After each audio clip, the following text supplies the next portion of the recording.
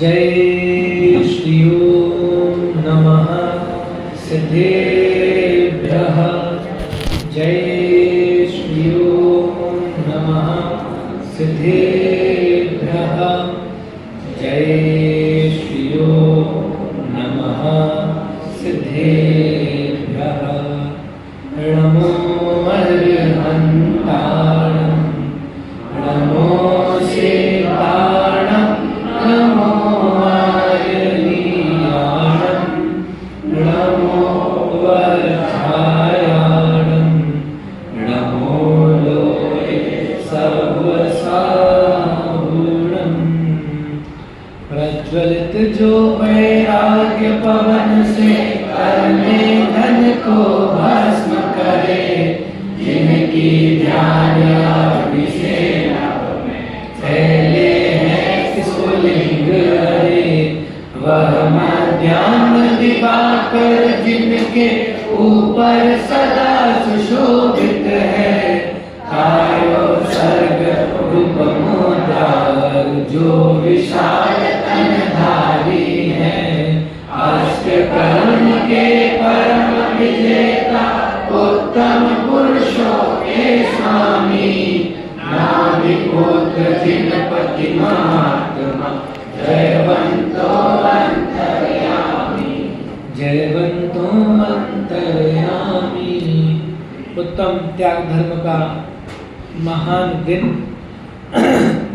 वास्तव में त्याग बाह्य वस्तुओं का किया जाता है। जो हम जगत जन जिसको त्याग मानते हैं वो बाह्य वस्तुओं के त्याग को मानते हैं, लेकिन ध्यानंद राय जी ने बहुत ही सरल शब्दों में बताया, उसको हम पढ़ लेते हैं। दान चार प्रकार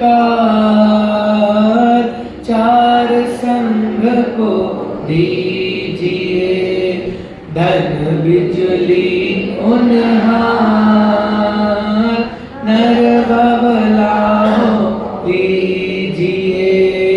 उत्तम त्याग कहो जग सारा, औषधि शास्त्र अभय आहारा। निहचे राग द्वेष निर्वारे, याता दान समारे दोनों सवारे। उपजल समदरब घर में परिणया, निज हाथ दीजे साथ लीजे। खाए खोया बह गया धनी साध शास्त्र अभय देवैया। त्याग राग विरोध को बिन दान श्रावक साधु दोनों लहे नाही बोध को। बहुत अच्छे से शॉर्ट एंड स्वीट में ध्यानंद राय जी ने परिभाषा बताई कि वास्तव में व्यवहार से जो चार प्रकार के दान हैं, ज्ञान दान, आहार दान, औषधि दान और अभय दान, उनको समस्त संसार त्याग कहता है। लेकिन निश्चय से अगर देखा जाए तो राग द्वेष की त्याग या राग द्वेष का त्याग करना ही वास्तविक त्याग है। बाहर की वस्तु छूटे और राग छूटे ऐसा जरूरी नहीं है, लेकिन अंतरंग से राग छूटे फिर बाहर की वस्तु छूटे या ना छूटे, राग तो नियम से छूटता ही छूटता है। इसका उदाहरण है भरत चक्रवर्ती। भरत चक्रवर्ती थे, कौन थे भरत चक्रवर्ती? बताइए जरा। किसी के रिश्तेदार थे क्या यहाँ पे? रिश्तेदार नहीं थे भाई, मेरे तो थे रिश्तेदार, आपके नहीं थे? अरे भाई अरहंतों के कुलों के हैं ना हम, तो एक जैसे रिश्तेदार हुए कि नहीं? तो रिश्तेदारों की जानकारी रखते रहना चाहिए, बराबर। तो भरत चक्रवर्ती के बारे में बात आती है कि वे घर में ही थे और घर में ही रह के बैरागी होते थे। तो बात तो बराबर है, सामान्य से लोग होंगे तो उनको शंका होने लगती है कि आप कैसी बात कर रहे हो, चक्रवर्ती हैं। और चक्रवर्ती मतलब कौन, जरा बताएंगे हमें? चक्रवर्ती मतलब कौन? 6 खंडों का अधिपति, बराबर है। 6 खंड मतलब कितने? 1 2 3 4 5 6 फ्लोर। फिर है 6 खंड मतलब विस्तार, बताइए बोलो वो तो गणना बता दी हमने, विस्तार विस्तार पूछ रहा हूं, उसका परिमाप कितना है, सरल भाषा में बता दो। हाँ 100, हाँ वो ठीक, 190वां भाग वो तो है क्या, भरत क्षेत्र। ठीक है, ये करणानी योग पे नहीं जाते, अपनी सरल भाषा में बताओ, सरल भाषा में कितना हो सकता है 6 खंड, बोलो। अरे सरल भाषा में एक काम करो, जो सबसे ऊंची बिल्डिंग है ना, कौन सी है सबसे ऊंची बिल्डिंग है, बुर्ज खलीफा थी, अब एक और बन गई उसी के जस्ट बाजू में। जनरल नॉलेज भी आपका कम है, पढ़ते रहा करो। उसी के बाजू में एक और बिल्डिंग बनी है, वो सबसे ऊंची है, नाम ख्याल में नहीं है मुझे। तो आप उस बिल्डिंग पे चढ़ जाओ, और इस बिल्डिंग पे चढ़ने से आपको जितनी भी जमीन दिखे ना चारों तरफ, वो 1% भी नहीं है 6 खंड की। अब ख्याल में आ गया होगा, है जम्बूद्वीप का नहीं नहीं, वो तो मैं, ये तो आप करणानी योग के वो पैरामीटर बता रहे हो, मैं नॉर्मल बात कर रहा हूं। मतलब आप ये समझो कि जितना आपको दिख रहा है ना, वो 1% भी नहीं है। तो अब ये सोचो, इससे 100% जमीन कितनी होगी, तो 100 मतलब आप ये समझो चक्रवर्ती इन द सेंस कि जहां जहां जमीन दिख रही है, जहां जहां लोग हैं भरत क्षेत्र में, वो सारा किसका है, भरत चक्रवर्ती का। तो 6 खंड का अधिपति मतलब पूरा साम्राज्य फैला हुआ है। हमारे तो 2-3 प्लॉट हो जाए तो हम चौड़े होके चलने लगते हैं, भैया 2 मकान हैं, 3 गांव में है, 1-2-3 खेत की वो रखी है ना। तो 6 खंडों का अधिपति। और क्या था उसके पास, बोलो गाड़ी कौन कौन सी रखता था, मर्सिडीज, BMW, लैम्बोर्गिनी, फरारी, कौन सी रखता था, रखता तो था, है नहीं नहीं नहीं, कितनी हम कितनी रखते, ज्यादा से ज्यादा 1 रखेंगे, 2 रखेंगे, 10-20 रखेंगे। 84 लाख हाथी कितने थे, 2 व्हीलर कितनी रखते हैं हम, 2-4 यार, घर में जितने लोग होंगे उतनी रखेंगे। उसके पास कितने थे, 18 करोड़ घोड़े। अब आप समझ सकते हो 84 लाख हाथी रखेंगे ना तो पूरा अहमदाबाद चला जाएगा हाथी रखने में ही, उससे भी बहुत बड़ी परिमाप में जाएगा। तो 84 लाख हाथी थे, 18 करोड़ घोड़े थे। और क्या क्या था प्रॉपर्टी, बोलो। मतलब कभी वो चुनाव का फार्म नहीं भरता चक्रवर्ती, लेकिन सबको चक्रवर्ती की प्रॉपर्टी पता होती है। और क्या क्या था, है हाँ कि पंडित जी यहाँ तो एक नहीं समझे, उनकी तो 96,000 सोचो कितना सरदर्द होता होगा चक्रवर्ती का, 96,000 रानी। और क्या था, 365 दिन की अलग अलग रस्म। ये हमें इसलिए जानते रहना चाहिए क्योंकि जब तुम्हें लगे ना कि हम सेठ हैं, हमारा घर बहुत बढ़िया है, बहुत बढ़िया पकवान बन रहे हैं, तो भरत चक्रवर्ती की फोटो लगा लो कि बेटा इनके आगे तो तुम 0.001% भी नहीं हो। तो रसोईया कैसा था कि 365 रसोई, और भोजन कैसा कि बार बार पूछना नहीं पड़ता कि सुबह चने की दाल बनाई थी, शाम को कौन सी दाल बनाए, बोले लौकी बना लो, लौकी कल बनाई थी, अब क्या बनाए, करेला बना लो, फिर क्या बनाए, जो तुम्हें पसंद हो, फिर कोई नाम, ऐसा नहीं सोचना पड़ता। 365 दिन का मेन्यू फिक्स है। जो इस 10 लक्षण के आज उत्तम त्यागधर्म के दिन पे खाया, अब दूसरी चीज वे 1 साल बाद ही खाएंगे। तो ऐसा वैभव था। और क्या था,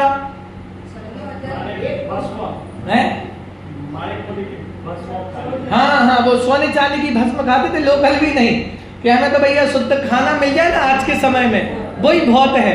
वे तो सोने चांदी आदि का सेवन करते थे, बराबर भस्म खाते थे। और क्या क्या था, 14 निधि, 9 निधि 14 रत्न, बहुत बढ़िया है। और क्या क्या था, है उनकी अंडर में थे। मतलब ये अगर एक व्हाट्सएप स्टेटस लगा देना कि शाम को 5 बजे मीटिंग है, तो 32,000 जमा हो जाते थे। और क्या था, 32 चमर, हाँ वो बता दिया। और क्या था बताओ, हाँ सबको चक्रवर्ती की प्रॉपर्टी पूरी पता है। अभी मैं खड़ा करूंगा आपकी कितनी प्रॉपर्टी है, पंडित जी कैसी बात कर रहे हो आप। चलो तो भरत चक्रवर्ती पे हम वापस आ जाते, उनको कोई ऐतराज नहीं है क्योंकि वे छायक सम्यक दृष्टि थे और वे उस संपत्ति को अपनी संपत्ति मानते भी नहीं थे। तो बात चल रही थी उत्तम त्याग की, कि बता रहे थे ध्यानत राय जी के भाई साहब, अगर आपका अंतरंग में राग द्वेष त्याग हो गया है और आप चक्रवर्ती भी हैं, तब भी आपको संसार क्या कहेगा, क्या कहेगा, घर में ही बैरागी भरत जी, घर में ही बैरागी। तो बोले ये बात सब लोगों को नहीं पची, जैसे हमें नहीं पच रही ना। अभी हमने इतनी प्रॉपर्टी देखी उनकी, बोले पंडित जी बताओ, हमारी तो एक दुकान होती है और हम दिन रात उसी की टेंशन में रहते हैं।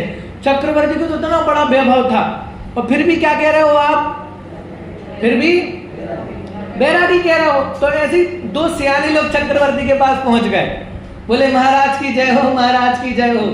चक्रवर्ती बोले बढ़िया है, आ भैया सुनाओ क्या हाल चाल है। तो कह रहे महाराज पहले आप हमें अभय दान दो, फिर हम सुनाएंगे, क्योंकि उन्हें पता चक्रवर्ती भी दिमाग खराब हो जाएगा तो कुछ भी कर सकता है। तो बोला पहले आप अभय दान दो, तब हम अपनी बात आपको बताएंगे। तो कहा ठीक है, अभय दान आपको दिया।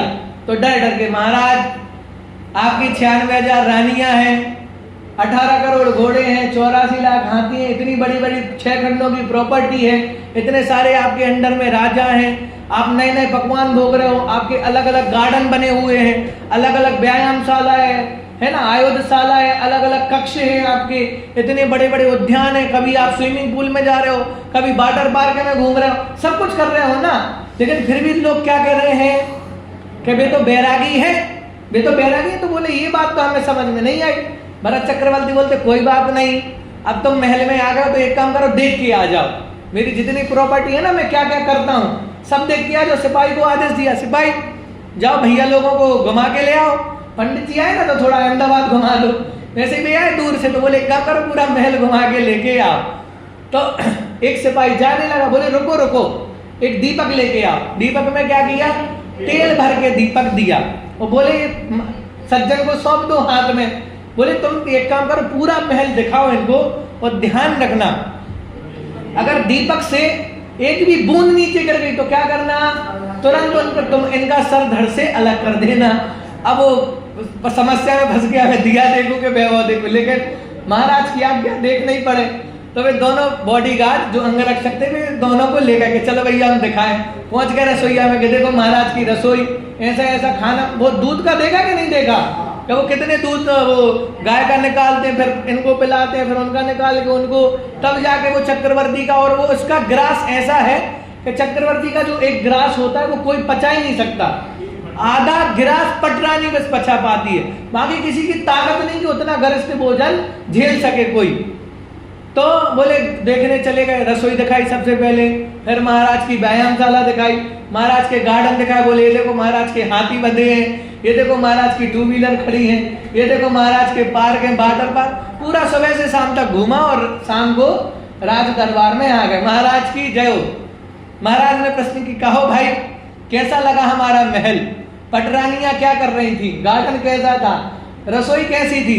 तो कहता महाराज क्या मजाक कर रहे हो, बोले तुमने क्या सौंपा था, दिया सौंपा था ना, तो मैं कहाँ देख रहा था। क्या बोले मुझे कुछ नहीं पता आपके गार्डन में क्या था, रानियां क्या कर रही थी, रसोई में क्या, मेरी तो सारी दृष्टि कहाँ थी, उस दिए में थी। क्योंकि अगर एक बूंद भी दिया निकलता तो पानी, एक बूंद भी तेल निकल जाता दिए से, तो मेरा तो राम राम सत्य हो जाता। तो बोले अब शायद आपको समझ में आ गया होगा कि जैसे आप सब कुछ घूम रहे थे, लेकिन आपकी दृष्टि कहाँ थी, दृष्टि दिए पे थी ना, आपको सब दिखा रहे थे। तो बोले वैसे भैया ये जो चक्रवर्ती बना है ना, ये मेरी मजबूरी है, मैं इसको त्याग नहीं सकता, लेकिन मैंने अंतरंग में जो परिणाम है ना उनका त्याग कर दिया है, इसलिए वे घर में हैं, भोग भोग रहे हैं। लेकिन भोग भोगते हुए भी भरत चक्रवर्ती कैसे हैं, उन भोगों से निर्लिप्त है। इसलिए कहा जाता है घर में ही बैरागी भरत जी, कि वास्तव में उनका इतना वैराग्य दृढ़ था कि 6 खंड के अधिपति होने के बावजूद भी वे भोगों में नहीं फंसे। और उनकी तो अंदर से ललक थी कि मैं जैसे बने तैसे जल्दी से जल्दी क्या कर लूं, ये सब को त्याग करके वैराग्य अंगीकार कर लूं। मतलब आप इससे समझ सकते हो कि जब 3 रत्नों के समाचार उनको एक साथ प्राप्त हुए, किसको, भरत चक्र, कौन कौन से 3 शुभ समाचार, हाँ, कि एक तो भगवान को केवल ज्ञान की प्राप्ति, दूसरा पुत्र रत्न की प्राप्ति, तीसरा चक्र। तो सबसे पहले क्या किया उन्होंने, बोले भैया सबसे पहले केवल ज्ञान, भगवान के दर्शन करने चलो। दिग्विजय के लिए नहीं जाना था, लेकिन उन्हें दिग्विजय के लिए जाना पड़ा, क्योंकि चक्रवर्ती का ऐसा नियम होता है कि जब चक्र रत्न उत्पन्न हो जाता है तो तुरंत आपको दिग्विजय यात्रा के लिए निकलना पड़ता है। उसमें भी देखो दिग्विजय की यात्रा कर रहे थे, बीच में करते करते उन्हें भाव आ गए कि मुझे क्या करना है, वापस भगवान के दर्शन करने जाना है। फिर दर्शन करने आए और सारे राजाओं ने उनका जो दासपना था वो स्वीकार कर लिया, मतलब 6 खंडों का अधिपति उनको घोषित कर दिया। तो हम समझ सकते हैं कि भैया इतना बड़ा वैभव प्राप्त होने के बाद भी भरत चक्रवर्ती की जो दृष्टि थी वो अपने अंतरंग में थी, अंतरंग में थी, तभी तो वे भरत चक्रवर्ती कहलाए। तब तो हमारे देश का नाम भारत पड़ा, तब तो हम ये भजन गाते हैं कि घर में ही बैरागी भरत जी। तो इसलिए कहा कि बाहर में वस्तुओं का त्याग होवे और अंतरंग में नहीं होवे तो ऐसा नहीं होगा। और अगर अंतरंग में राग द्वेष का त्याग हो गया है तो बाहर की वस्तुएं भी छूटने में देरी नहीं लगती हैं। अब हम चलते हैं मंगत राय जी के पास। मंगत राय जी ने भी बहुत अच्छा बताया है, पढ़ते हैं इसको।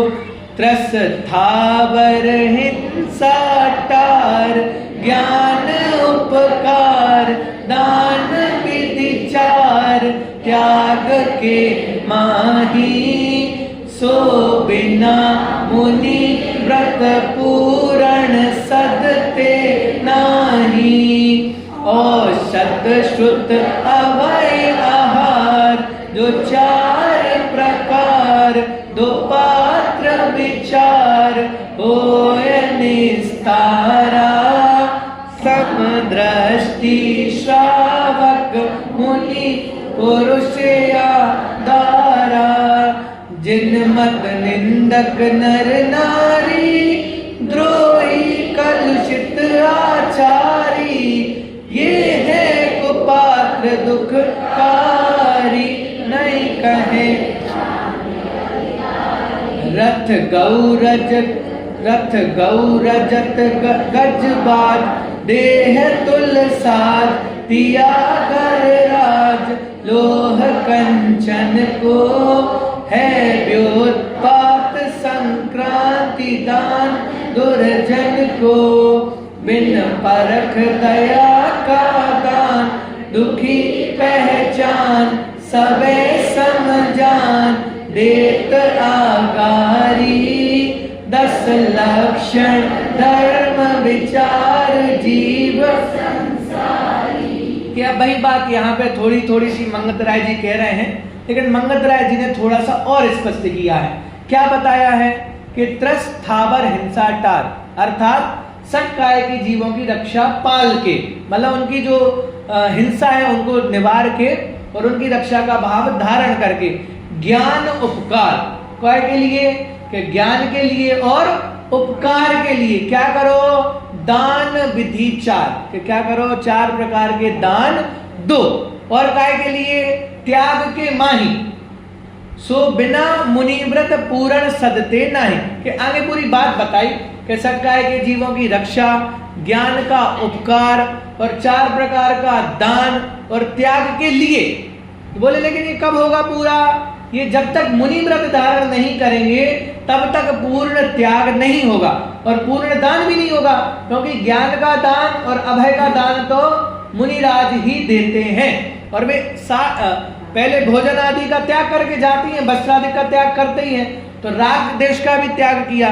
तो अगर आपको पूर्ण रूप से त्याग धर्म धारण करना है तो क्या करना पड़ेगा, कि मुनि बनना पड़ेगा। लेकिन अगर आप मुनि नहीं हैं तो श्रावकों के लिए भी व्यवस्था है। क्या व्यवस्था है, औषध शुद्ध अभय आहार जो 4 प्रकार, दो पात्र विचार होए निस्तारा।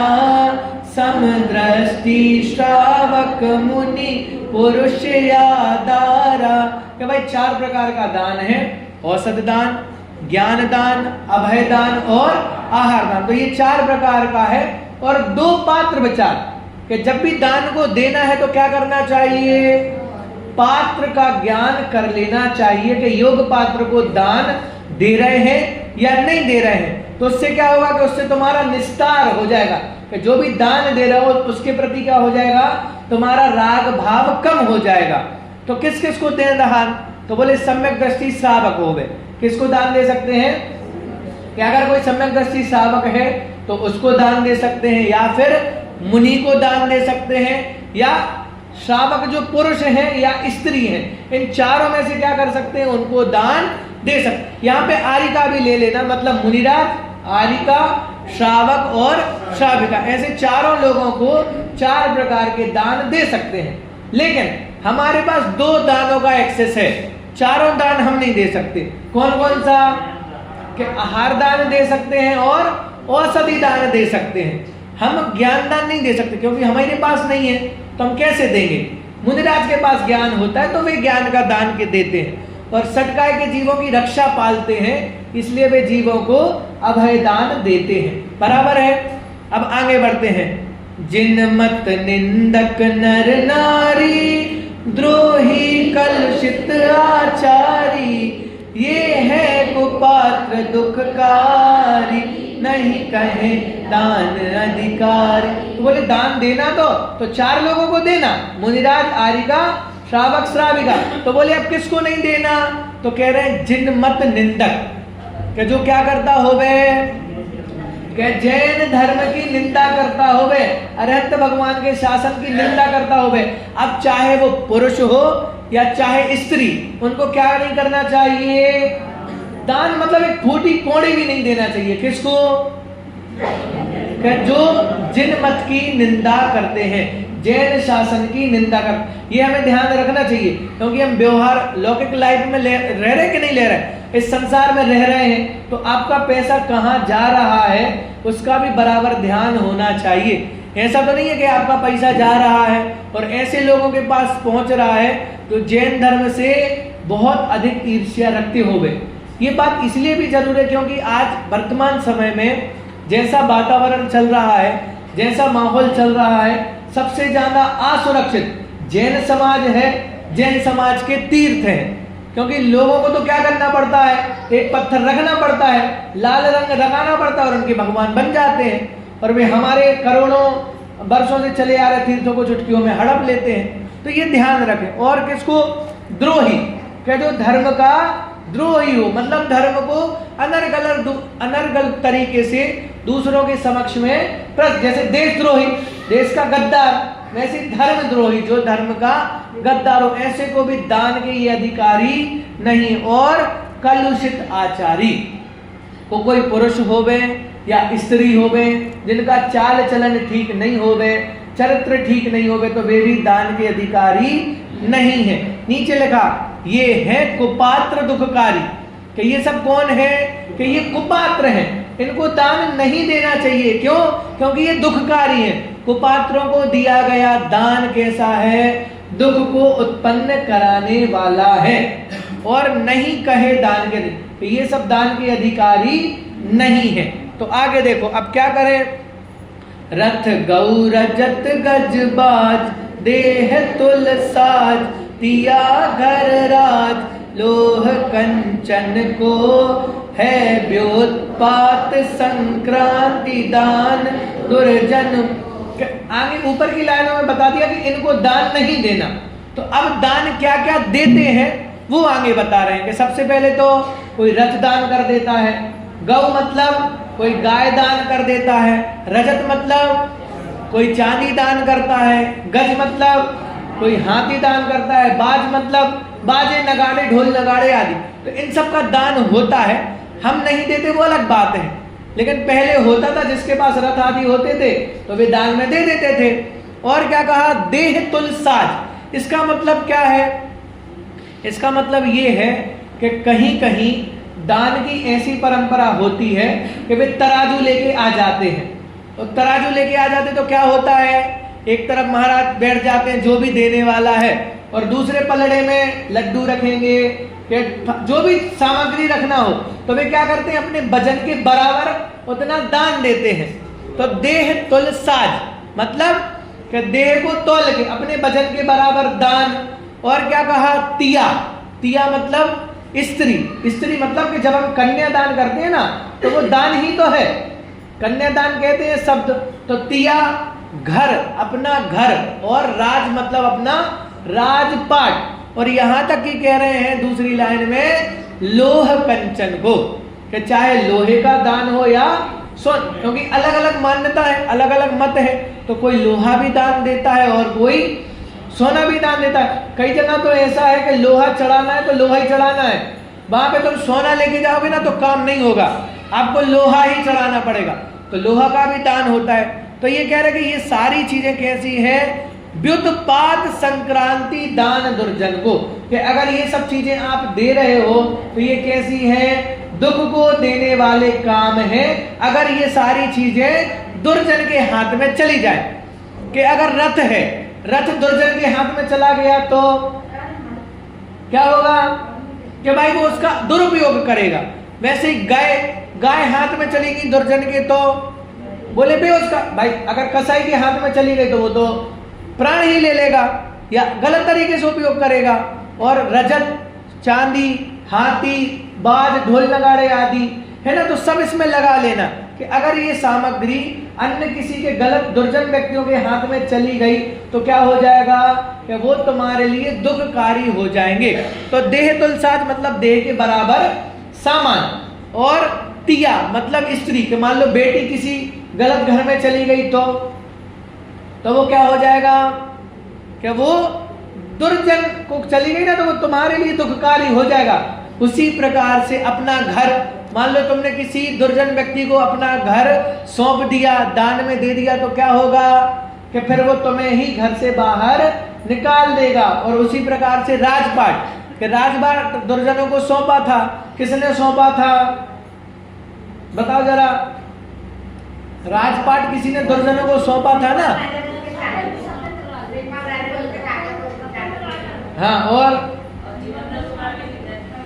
हाँ, और दुर्जन की बात चल रही है कि दुर्जनों को राज सौंपा हो, किसी ने ख्याल में नहीं आया।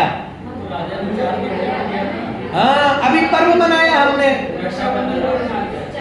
हाँ, रक्षाबंधन की कहानी में जो राजा पद्म राय थे, राजा पद्म राय ने जो 4 दुर्जन मंत्री थे, बलि, नमुची, बृहस्पति, प्रहलाद, तो उन चारों को अपना राज्य 7 दिन के लिए दान में दे दिया था। तो बोले भैया ऐसी गति होती है, उन 7 को 4 को दिया ना, तो क्या किया कि उनने मुनि को घोर उपद्रव किया।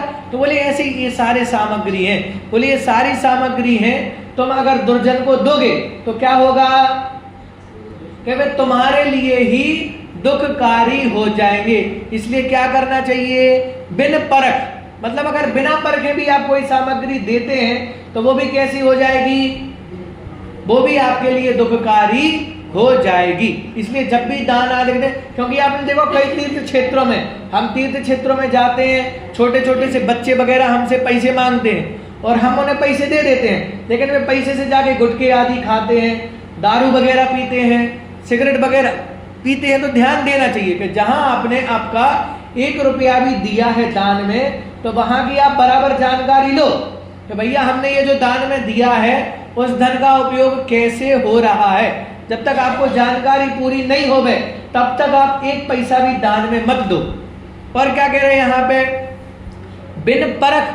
तो अब क्या करो कि भैया नहीं परखा जब तक दान मत दो, तो अब क्या करो कि दया का दान करो। क्या करो कि अगर कोई भी जीव दुखी होता दिखे तो क्या करो, तुरंत दया का दान करो। और क्या करो, दुखी पहचान, कि अगर कोई दुखी जीव है और तुम्हें समझ में आ रहा है कि ये दुखी है, तो क्या करना चाहिए कि दया का दान, दुखी पहचान, सबय समझान, कि सबको एक समान जान के क्या करना चाहिए कि दान करना चाहिए। कि जो दीन दुखी, मेरी भावना में लिखा ना, दीन दुखी जीवों पर और से प्रेम उमड़,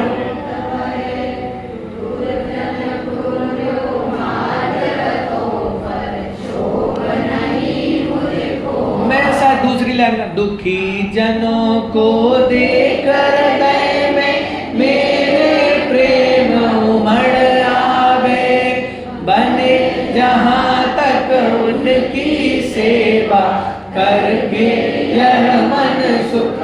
तो सीधी सी बात, ये सब दान में आएगा कि कोई भी व्यक्ति ऐसा है कि जो कैसा है, दीन है, दुखी है, तो आपके पास अगर धन है तो क्या करें कि उस धन से औरों का उपकार करें। और वास्तव में ध्यानतराय जी ने बहुत अच्छा लिखा ना, दोनों सवारे कूप जलसम, कि धन जो है ना, तो धन को क्या करना चाहिए कि जैसे कुएं का पानी है, कुएं का पानी जितना निकालते रहोगे क्या होगा, उतना ही ताजा ताजा जल आता रहेगा। और अगर जमा करके रखते रहोगे तो फिर वो कुएं का पानी सड़ जाएगा। इसलिए क्या करते रहना चाहिए, दान, जब भी मौका मिले ना दान देने का, और अगर हम समर्थशाली हैं तो दान अवश्य करना चाहिए।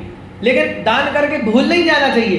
दान करने के बाद बराबर ध्यान भी होना चाहिए कि हमने जो पैसा दान दिया है वो पैसा हमारा कहाँ उपयोग हो रहा है। कई बार लोग के जो दान चंदा लेने आते हैं ना, और हम हजारों रुपया दे देते हैं और फिर भी उस पैसे से पाप का कमाई करते हैं, पाप का काम करते हैं। तो ऐसे लोगों को नहीं देना चाहिए।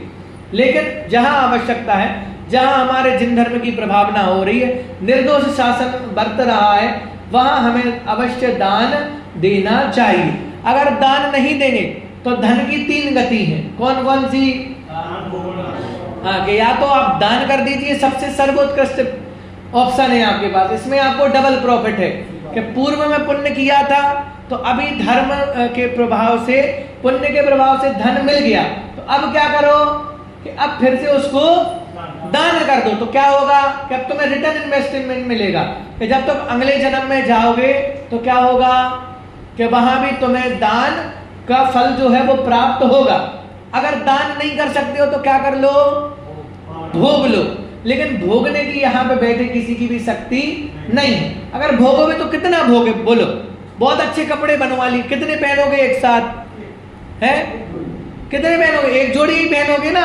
ठंडी होगी तो 2 जोड़ी पहन लोगे। ऐसा तो नहीं कि 10-10 जोड़ी एक साथ पहन के घूमो। जूते चप्पल कितने पहनोगे? एक जोड़ी। घड़ी पहनोगे तो कितनी पहनोगे? ऐसा तो नहीं कि हम बड़े आदमी हैं तो एक सोनाटा की, टाइटन की, फास्ट ट्रैक की, फिर फलाना ढिमका सब नहीं पंडित जी हम बड़े आदमी। कितना करोगे भोग, बोलो। और मान लो 56 भोग बनवा लो, कितना सेवन कर पाओगे? कि जितनी भूख होगी उतना ही, उससे 1 ग्राम ज्यादा भी नहीं ले पाओगे। तो कह रहे भैया भोगने की सामर्थ्य किसी की भी नहीं है, क्योंकि जितना है वो हम भोग नहीं पाते। तो फिर क्या बचा? तीसरी स्टेज। बोले तीसरी स्टेज बची है नाश होना, और बोले वो नाश होना एकदम फिक्स है। तो क्या कर लेना चाहिए है? कि प्रश्न होता है कई बार लोगों के मन में कि पंडित जी जब पैसा नहीं होता है तब तो खूब देने के भाव आते हैं, लेकिन जब पैसा आ जाता है तो फिर देने के भाव नहीं आते। चक्कर क्या है इसका, बोलो?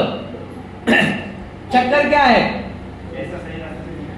तो चक्कर ये है कि बहुत अच्छे 12 भावना में लिखा है, दाम बिना निर्धन दुखी, तृष्णा बस धनवान, कहूँ न सुख संसार में, सब जग देखो छान। कि भैया दाम नहीं था इसलिए निर्धन दुखी हो रहा, भाव तो बहुत हो रहे थे, और जब पैसा आ गया तो तृष्णा है। तो ऐसे एक सेठ जी थे, वे बहुत परेशान थे, उनके पास बहुत सारे पैसे थे, लेकिन घर में शांति नहीं थी। और सेठ जी के बगल में एक झोपड़ी थी, झोपड़ी में बहुत शांति थी। जब भी पति सुबह से काम पे जाता था, शाम को जब वापस आता था तो उसके बच्चे खिलखिलाते थे, पति पत्नी हंसी विनोद करते थे, आवाज करते थे, बढ़िया बढ़िया भोजन करते थे और सुखी रहते थे। सेठ जी को टेंशन हो गई कि मैं तो करोड़ों रुपए कमा रहा हूँ और मेरे घर में शांति नहीं है, और ये जो व्यक्ति है वो 1 रुपए दिन का कमा रहा है, फिर भी बढ़िया हंसी खुशी वाला परिवार रहता है, कोई समस्या नहीं होती, ऐसा क्यों? तो वो एक साधु के पास पहुंच गया और साधु से कहता, महाराज हमारे पास करोड़ों की संपत्ति है लेकिन हम सुखी नहीं हैं, और हमारा सामने झोपड़ी वाला है उसके पास कुछ भी नहीं है, मतलब इतना गरीब है कि आज की व्यवस्था है कल की व्यवस्था ही नहीं है, फिर भी वो बहुत आनंद पूर्वक रहता है। तो गुरुजी ने बोला कि बेटा ये 99 का फेर है। तो सेठ जी बोले हमें समझ में नहीं आया आप क्या कह रहे हो? बोले एक काम करना, रात में जब कोई नहीं देखे ना तो एक पोटली में 99 रुपए भरना और चुपके से उस गरीब के घर के आगे रख देना। तो बोले ठीक है महाराज कर लेते हैं। तो उसने जैसे ही सुना उसी रात में गया और 99 रुपए की पोटली बनाई और क्या कर दिया, उस गरीब के घर के सामने रख दिया। अब सुबह सुबह हुई, वो उसकी पत्नी उठी झाड़ू करने के लिए, भाई झाड़ू करते कि नहीं कर, झाड़ू गेट खोला, देखा पोटली, आजू बाजू देखा कोई है तो नहीं, किसी की छूट तो नहीं, कि देखा पोटली खोली तो उसमें पैसे थे। तो वो पोटली घर में ले आई और पति को जगाया, उठो उठो खजाना मिला है। देखा तो पोटली थी। बोले एक काम करते हैं, गिनना शुरू करते हैं। गिना तो कितने रुपए थे? 99 रुपए थे। तो पत्नी ने प्लानिंग करी, देखो 99 तो हो ही गए, अपन ऐसा करते हैं इसको पूरा 100 करेंगे। तो बोला ठीक है, अब जब मैं शाम को आऊंगा ना, मुझे 1 रुपया मिलता है, तो रोजाना 25-25 पैसे जोड़ेंगे तो 4 दिन में क्या हो जाएगी, वो हमारे 100 रुपए हो जाएंगे। तो बोला अच्छी बात है। अब शाम को सुबह चला गया मजदूरी करने, शाम को आ रहा था। तो वो जब शाम को घर आता था तो पत्नी के लिए गजरा लेके आता था, बच्चों के लिए चॉकलेट वगैरह लेके आता था, और खुद के लिए क्या करता था, खुद के लिए पान का शौकीन था, तो वो खुद के लिए पान लेके आता था, और बाकी के 25% से जो घर की फल फूल सब्जी वगैरह है वो लेके आता था। तो उसने क्या किया, 25 पैसे का गजरा नहीं लिया और घर में पहुंच गया। अब बच्चों को टॉफी बिस्किट मिला तो बच्चे खुश हो गए, घर में सामग्री अच्छी बनी तो बाकी सब लोग, लेकिन पत्नी नाराज हो गई। क्यों हो गई? क्योंकि गजरा लेके तो नहीं आए थे। तो उसको बुरा लगा। दूसरे दिन फिर गया वो, दूसरे दिन शाम को जैसे ही वापस आ रहा था तो उसने गजरा तो ले लिया, लेकिन बच्चों के लिए टॉफी बिस्किट नहीं लिया। तो अब घर पे पहुंच गया तो पत्नी को गजरा लगा दिया, पत्नी खुश, लेकिन बच्चे क्या हो गए, दुखी हो गए। क्यों दुखी हो गए? क्योंकि वो टॉफी बिस्किट जो मिलता था वो उनको नहीं मिला। अब फिर भी घर में क्या हो गई कि जो हंसी विनोद होता था वो फिर से अशांति फैल गई, जो मन था वो वैसा व्याकुल हो गया। अब वो ऐसा सोचता है तीसरे दिन मैं करूंगा ना, तो बच्चों के लिए गोली बिस्कुट भी ले लिया, पत्नी के लिए गजरा भी ले लिया, खुद के लिए पान नहीं लिया। तो अब घर पहुंच गया, पत्नी भी खुश, बच्चे भी खुश, लेकिन खाने के बाद उसकी आदत थी कि पान खाएंगे, देखा तो पान तो था ही नहीं। तो उसका मन भी कलुषित हो गया कि भाई मजा नहीं आ रहा, मैं अपने लिए पान लेके नहीं आया। तो इस प्रकार से 3 दिन हुए, अगले दिन फिर वही क्रम चला और 100 रुपए हो गए। फिर धीरे धीरे करके ऐसे ही हो गया। तो अब पति पत्नी की लड़ाई होने लगी, बच्चे लड़ने झगड़ने लगे, बच्चों की रोने की आवाज आने लगी। तो उसको बहुत चिंता हुई। और फिर जो सेठ जी था ना जिसने 99 का चक्कर किया, तो सेठ जी वापस पहुंच गए गुरु जी बोले वो तो पूरा घर ही बदल गया। जिस घर में पहले पति पत्नी हंसते थे आज लड़ाई कर रहे हैं, पहले बोलने की आवाज आती है, बजने की आवाज आती है, बर्तन फेंकते हैं, बच्चे रोते हैं, लड़ते झगड़ते रहते। बोले ये कैसे हुआ? तो सेठ जी ने बताया, बोले ये 99 का फेर था। बोले जब तक उनके पास कुछ था नहीं ना, तो वे क्या कर रहे थे, जितना मिल रहा था उतने में संतुष्ट थे, उतने में खुश थे, अपना जीवन आराम से चला रहे थे। लेकिन उनके पास 99 रुपए आ गए तो उन्होंने क्या सोचा कि हम इसको 100 करेंगे। 100 हो गए तो सोचा 101 करेंगे, 150 करेंगे, 200 करेंगे। तो वैसे ही हमारे साथ होता है कि जब तक हमारे पास कुछ नहीं होता है तब तक हम क्या करते हैं कि बहुत भावना भाते हैं कि हमें प्राप्त हो जाए, हमें प्राप्त हो जाए। और जैसे ही एक बार पैसा प्राप्त होता है तो हमारी तृष्णा बढ़ती जाती है। पूजन की पंक्ति में लिखा है ना, तृष्णा नागिन ज्यों ज्यों डंके लहर जहर की आवे, कि ये तृष्णा रूपी नागिन ऐसी है कि जितना देते जाओ। और कोई पंक्ति आती ना पूजन में, बोलो, युग युग से इच्छा सागर में प्रभु गोते खाता आया। नहीं, इसके पहले नहीं, उसके और पहले एक लाइन है, बोलो, विध विध व्यंजन की विक्रय से यह भूख न मेरी शांत हुई, तृष्णा की खाई खूब भरी, वह रिक्त रही, वह रिक्त रही। युग युग से इच्छा सागर में प्रभु गोते खाता आया हूँ। क्या है आखिरी लाइन इसके बाद है? हाँ, चरणों में व्यंजन अर्पित कर अनुपम रस पीने आया हूं। तो बताए भैया, अनादिकाल से तृष्णा भर रहे हैं ना, तो तृष्णा की खाई खूब भरी, हमने खूब भरी खूब भरी खूब भरी, लेकिन वो क्या रही, रिक्त ही रही है। और देखो धन का स्वरूप और अच्छे से बताया है कि धन 3 स्टेज होती है धन की, और तीनों स्टेज में हमें दुख ही होता है। कि जब हम धन कमाते हैं तो क्या होता है कि जब धन का अर्जन करते हैं तब दुखी होना पड़ता है। भैया भोजन छोड़ना पड़ता है, नींदें खराब करना पड़ता है, रिश्तेदारों से नहीं मिलते हैं, कितने सारे फंक्शन छोड़ते हैं, घूमना छोड़ते हैं, तब जाके वो धन कमाते हैं। और एक बार धन कमा लिया तो फिर क्या, किस बात का दुख, कि वो धन चला ना जाए, तो उसकी रक्षा का दुख। और अगर धन चला गया तो धन के जाने का दुख। इसका मतलब जब तक धन पास में रहेगा तो क्या होगा, कि दुख ही होगा। तो क्या करें पंडित जी, महाराज जी बन जाए, महाराज जी नहीं बने तो क्या करें, कि दान करते रहना चाहिए। दान से क्या होगा कि तुम भी रिफ्रेश होते रहोगे और धर्म का उपकार भी होता रहे। तो क्या करें कि अपनी सामर्थ्य के अनुसार जहां पे जिन शासन की प्रभावना हो रही है वहां क्या करते रहें, दान देते रहें। आप पहले की इतिहास पढ़ो, जहां जहां मंदिर बनने का प्रसंग आता है, धर्मशाला आदि बनने का प्रसंग, ग्रंथों के प्रकाशन का प्रसंग आता है, वहां वहां लोगों ने अपनी पूरी संपत्ति दान कर दी। बोलो अभी भी होता कि नहीं होता? गांव में जब भी पंच कल्याणक वगैरह हो रहे हैं, कुछ भी हो रहा हो, कोई बूढ़ी दादी अम्मा होती है, अगर उनके पास सोने के कंगन हो तो वे क्या करती हैं कि दान में देती, भैया ले जाओ, कलश पे चढ़ा देना हमारी तरफ से। तो ये क्यों है कि भैया ये रिजर्वेशन है कि अगर अभी आपने दान दिया ना तो वो दान क्या होगा कि बाद में डबल रिटर्न के साथ आपको मिलेगा। और अगर आपने नहीं दिया, अभी उसको क्या कर दिया, नष्ट कर दिया, तो फिर अभी तो मिल गया।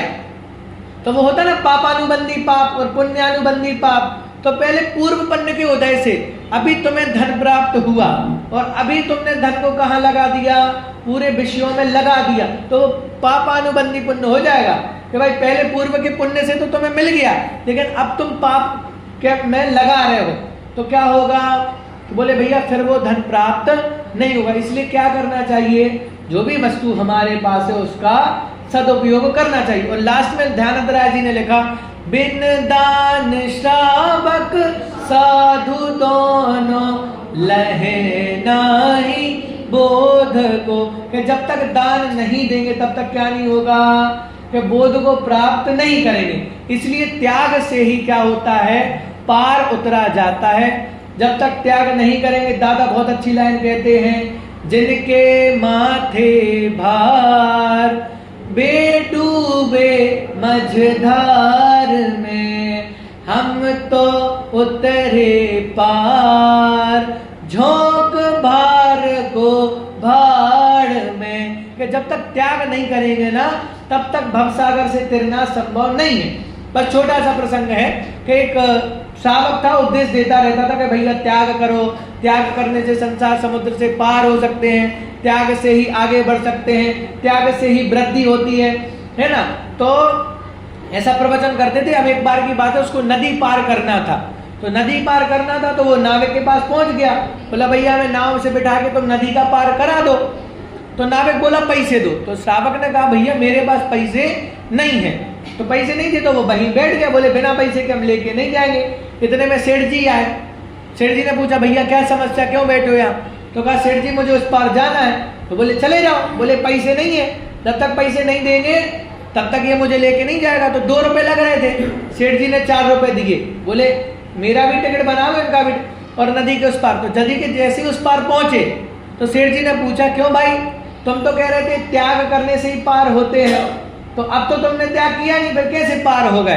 तो बोले सेठ जी सही कह रहे हो, त्याग करने से ही पार होते हैं, तुमने 4 रुपए का त्याग किया ना, इसलिए हम दोनों पार हो गए। अगर त्याग नहीं करते तो वहीं अटके रहते। और ये नियम है प्रकृति का कि हम जितना जितना त्याग करते हैं उतना उतना ऊर्ध्व गमन होते हैं या ऊर्ध्व गति को प्राप्त करते हैं। तो भला इसलिए क्या करना चाहिए, त्याग करते रहना चाहिए। और त्याग नहीं कर रहे हैं तो दान तो करते रहना चाहिए। अपनी जितनी शक्ति हो, जितनी सामर्थ्य हो, उतना दान अवश्य करना चाहिए। तो इतनी चर्चा हुई, शेष चर्चा हम आगे करेंगे।